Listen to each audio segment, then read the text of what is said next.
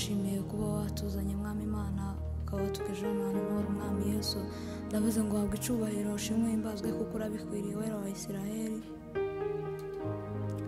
uri Imana yo kwizerwa mwami Imana yacu uri Imana yo kwiringirwa ibihe byose Imana tugize ngo twavuga imirimo y'ibitangaza byawe Imana ntago twabivuga ngo tubirangize kuko uri Imana ikomeye uri Imana yo kwiringirwa ibihe byose Imana mbere na mbere turazanye ibituruje n'ibitugoye mwami Yesu Mana umunyabyaha umunyabicumura imbere y'amaso yawe ariko mwami Imana nciye bugufi imbere y'amaso yawe Mana ndavuze ngo reka umbabarire uncishe kana k'ibyo wacishije umukozi wa Yesaya ngaboneka Mana nawe Mana ni wowe Mana yonyine ni wowe twizeye ni wowe twiringiye Mana muri uyu mwanya ndaguhamagaye impamagaye imbaraga zawe Mana niwe Mana yo kwizerwa ndakwinginze ndavuze ngo reka utabare ureke wururuse imbaraga n'umwuka wawe Mana muri aka kanya ureke wururuse ubwiza bwawe Mana imbaraga zawe Mana ureke utwezesha amaraso y'igiciro amara ureke ibindi mwami Yesu byikore kubw'imbaraga zawe Mana reka utubashishe muri byose imbaraga zawe arizo ziganza ubwiza bwawe aribwo butegeka Mana ndabizi kuko mwami Yesu ukicezesha amaraso mwami Mana n'ubu uracari ku musaraba Mana ndabizi kuko uri Imana ndabizi kuko uri Imana yo kwizerwa Mana ubu ndashinganye ngenda n'amahoro ubugingo bwanjye burinzwe n'uwabupfiriye navuye mu byaha bamubutware bw'isi ninjira mu buruhukiro bw'umukiza Yesu ubu ndashinganye ngenda n'amahoro ubugingo bwanjye burinzwe n'uwabupfiriye navuye mu byaha bamubutware bw'isi ninjira mu buruhukiro bw'umukiza Yesu ubu ndashinganye ngenda n'amahoro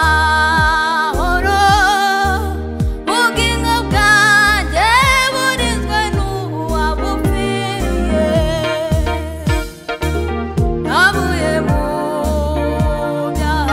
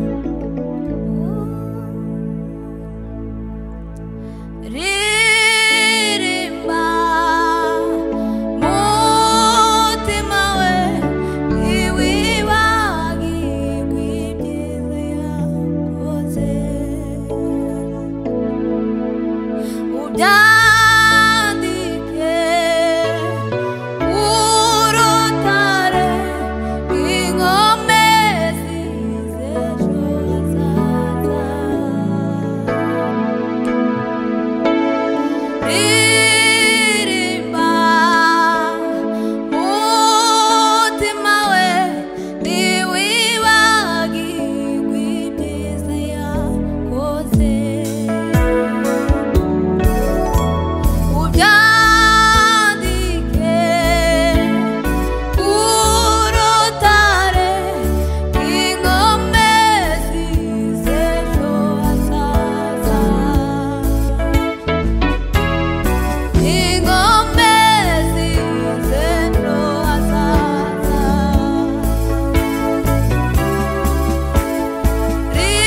Ririmba mutima we ntiwibagirwe ibyiza yakoze. Ubyandike urutare rw'inkomezi z'ejo hazaza. Inkomezi z'ejo hazaza. Inkomezi z'ejo hazaza.